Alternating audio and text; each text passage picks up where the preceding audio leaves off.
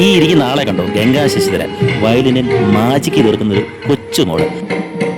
ഇവളെ കാണാൻ വേണ്ടിയാണ് ഇന്നലെ ഞാൻ തട്ടയിൽ അമ്പലത്തിൽ തട്ടയിലൊരുപ്പുറത്ത് പോയത്. നമ്മുടെ പ്രേക്ഷകരും ഫോളോവേഴ്സും ഒക്കെ ആവശ്യപ്പെട്ടിരുന്നു, മോളുടെ പരിപാടി വരുന്നുണ്ട്, അതൊന്ന് ലൈവ് ഇടണേ എന്ന് പറഞ്ഞിരുന്നു. നമ്മൾ നേരത്തെ ചെന്നു, 7 മണിക്കാണ് പ്രോഗ്രാം. അപ്പോൾ നേരത്തെ ചെന്ന് നമ്മൾ സ്ഥാനം സീറ്റൊക്കെ പിടിച്ച് ലൈവ് ഇടാൻ പറ്റിയ ഒരു സ്ഥലമൊക്കെ കണ്ടുപിടിച്ചിരുന്നു. പക്ഷേ എന്താ ചെയ്യുന്ന പറഞ്ഞാൽ സൗണ്ടിൻ്റെ എന്തോ ഒരു ചെറിയൊരു പ്രശ്നം ഉണ്ടായിരുന്നു. അത് പരിഹരിക്കാൻ വേണ്ടി വലിയ സമയമൊന്നും എടുത്തില്ലെങ്കിൽ ഒരു 10 മിനിറ്റ്, ഒരു 10-20 മിനിറ്റോളം എടുത്തെന്ന് തോന്നുന്നു.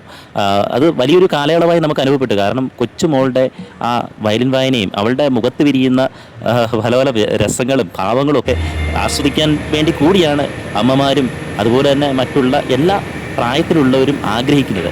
അത് താമസിക്കുന്നു എന്നുള്ളതൊരു ബുദ്ധിമുട്ട് തന്നെയായിരുന്നു.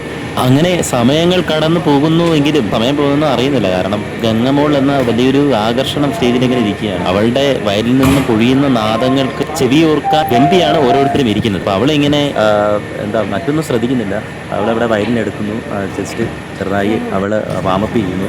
അതിന് മുമ്പായി ചെറിയൊരു ബാഗിൽ നിന്ന് അവൾ ചെറിയ എന്തൊക്കെയോ വിഗ്രഹങ്ങൾ പോലെ, ചെറിയ ദേവി വിഗ്രഹങ്ങളൊക്കെ ഇല്ലേ, കുഞ്ഞു കുഞ്ഞു അങ്ങനെയൊക്കെയുള്ള എടുത്തൊക്കെ നമുക്ക് കാണാമായിരുന്നു.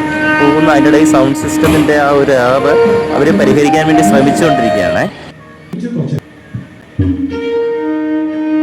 ഗംഗ വളരെ കുസൃതി കൊടുക്കുകയാണ്, നമുക്കറിയാം. അവൾ സ്റ്റേജിൽ മറ്റുള്ളവരോടുള്ള കോൺവെർസേഷൻസ് കണ്ണുകൾക്കുണ്ടായാലും മുഖത്തെ ഭാവങ്ങൾക്കുണ്ടായാലും ഒക്കെ നമുക്കും ചിരി വരുത്തുന്ന ഒരു സംഭവമാണ്. അപ്പോൾ ആ രംഗങ്ങളൊക്കെ ഇങ്ങനെ നമ്മൾ നേരിൽ ആദ്യമായിട്ട് കാണുകയാണ്, ഗംഗയുടെ ചിരിയും അങ്ങനെയുള്ള ഭാവത്തിൽ പിടിച്ചുള്ള ആ ഒരു ഇതൊക്കെ. അപ്പോൾ അങ്ങനെ നിമിഷങ്ങൾ കടന്നു പോകുന്നു. ഒടുവിൽ പ്രോഗ്രാം നല്ല മനോഹരമായി തന്നെ ആരംഭിക്കുക.